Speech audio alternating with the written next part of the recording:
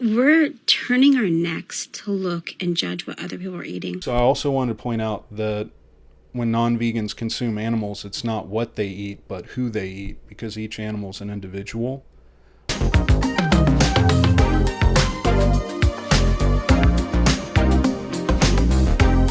Speciesism is kind of the default, and it's so ingrained into people's like habits and minds that they can use the wrong pronouns for animals. I don't think an animal is a what or a it. An animal to me is a who or a them.